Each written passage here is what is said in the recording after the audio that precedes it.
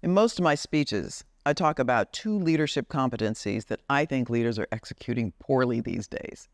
The first one is decision-making, where I'm seeing an epidemic of people-pleasing and conflict avoidance behaviors that impair sound decision-making. People want to be liked too much.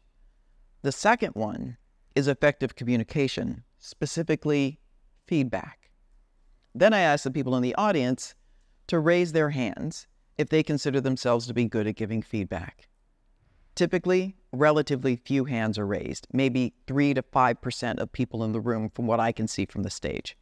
I commend them for being honest and proceed to share some of what I'm going to share with you today. Here's something to keep in mind. According to one source, 65% of employees desire more feedback, and a staggering 98% of employees disengage from their work when they receive too little or no feedback. 43% of highly engaged employees receive feedback at least once a week. And the bottom line? Companies with a highly engaged workforce result in 23% more profitability. So if you aren't convinced about the criticality of receiving and giving feedback, consider how much you have received in your career. I can think of 2 bosses in my career who supported me with constructive feedback, given in a sincere and actionable way. I remember them fondly to this day. How do you want to be remembered as a leader? Hi, I'm Ginny Clark, a conscious leadership expert who spent 2 decades in executive recruiting and talent management. Having worked with giants like Google, Spencer Stuart, I discovered that the secret to transformative leadership lies in the 5 dimensions of conscious leadership. And I'm here to help you unlock your full potential. Join me on this channel as we embark on an honest and vulnerable journey together to become the kind of leader that genuinely inspires organizational transformation. I have a few ways you can get involved in this conscious community. First, I've created a free career map to help you uncover your next career move. Second, I've created exclusive content for you with a community of like-minded leaders. And lastly, I send out a free newsletter every week. To learn more, check out the description of this video. So, how people typically manage feedback. I mentioned people-pleasing tendencies or its ugly stepsister, conflict avoidance, because they seem to be the primary reasons people don't want to provide feedback. It's too uncomfortable, so don't say anything. Then the condition festers, leading ultimately to a toxic work environment marked by passive-aggressive behaviors, dishonesty, a lack of trust, and it's downhill from there. And the leader has lost any semblance of control, respect, or influence over the team, all because they couldn't bring themselves to express an important truth, perspective, or observation. These same managers or leaders are reluctant to ask for and receive feedback, probably because they never received much feedback coming up in their career to know what it should sound like. Or the leader's reluctance could be due to fear that you resent them for not telling you what you need to hear to perform more effectively and grow. And the vicious cycle continues.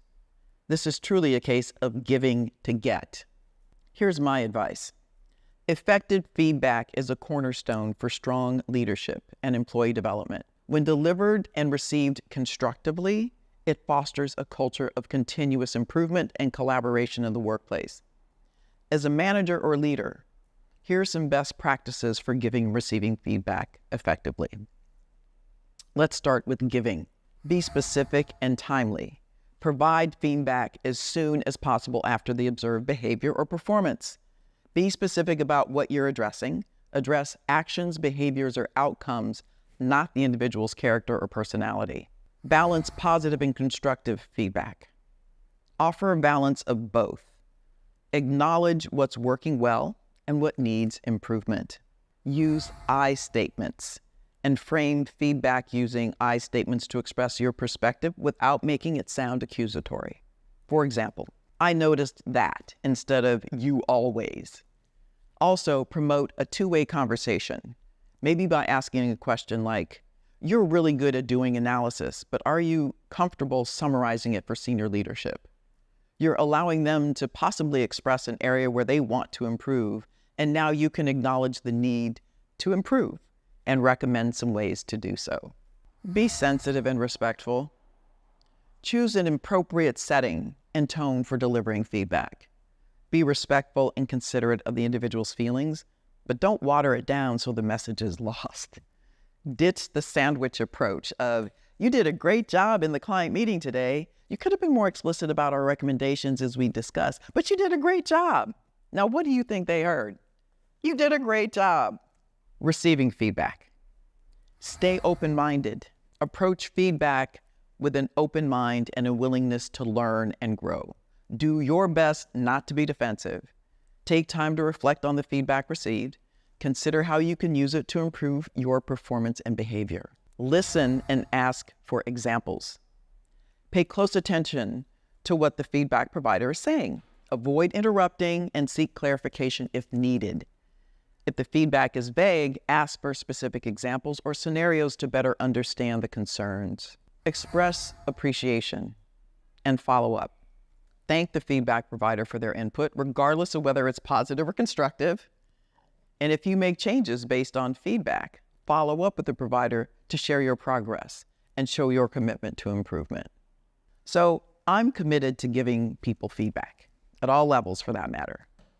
I strongly believe it's a leader's absolute responsibility and an obligation. You owe it to your people to tell them the good, the bad, and everything in between. I often tell the story of having had 2 people cry when I gave their performance review ratings. These are individual meetings. I didn't apologize, but I gently reminded them that we had discussed areas to work on during many of our one-on-ones during the preceding performance evaluation cycle. The next day, both individuals separately came to me to apologize for their tears the day before. I told them their apology wasn't necessary. One admitted that he was mostly disappointed because the rating meant he'd get less of a bonus. That's how that works. The other admitted that she hadn't told her husband because he would have said I was justified given the notices that I'd given during our one-on-ones. What they both said to me next meant everything. Individually, without knowing about the other's ratings, they each said, I know you gave me that rating and the feedback because you care. Precisely. Caring means I tell you what you need to hear, not what you want to hear. Need I remind you that the #1 reason people quit, according to McKinsey, is a lack of career development and advancement. The best way to support someone's career development is to give them honest, empathetic feedback. You needed it, but didn't always get it when you were coming along. Let's face it. I'm especially sensitive as a woman of color because I didn't always get feedback from my managers. They feared I might think they were being discriminatory against me, especially if it was constructive criticism. I get it, but I lost respect and trust for them when they said my work was great in the moment, and then come review period, I received an average rating with little explanation. It's almost always possible to convey feedback in a way that someone can hear it. Cultural, gender, and racial ethnic differences should be taken into consideration, but make sure you are dispensing the feedback equitably. Don't let your biases show. Feedback is a gift, and not giving it is not only irresponsible of a leader, you're putting those team members that you didn't give it to at a clear disadvantage. Did you ever think of it that way? A recently coined term, feed forward, suggests offering comments that focus on moving forward versus looking back. For example, Mark, you have a habit of cutting people off when they're speaking, and it's considered rude and disrespectful. Maybe instead you could say, I would like to see you become a more active listener and allow others to finish their thoughts before speaking. For people who might not be self-aware or have learned good social skills, offering an alternative approach could land better than something that might feel like they're being chastised or shamed. Here's what I want you to take away. Feedback is crucial in the workplace for several reasons. It can provide employees with valuable information about their performance. It helps align employees' efforts with organizational goals. Positive feedback and recognition for a job well done boosts morale and engagement. Constructive, sometimes referred to as negative feedback, helps identify and address possible issues early on. It can prevent small problems from becoming significant challenges and fosters a culture of continuous improvement. Receiving feedback is equally important, as it demonstrates your willingness to grow and gain important technical and managerial and leadership skills. Giving feedback is responsibility and obligation of an effective leader. It shows you care. Get good at it. I know firsthand how taking that first step can be the catalyst for a life-changing transformation. I remember the moment I decided to harness my own strengths, and it made all the difference in my career.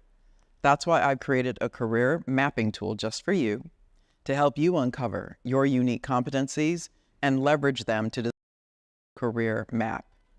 Take the first step toward your next level by clicking the link in this video description, and let's start this incredible journey together.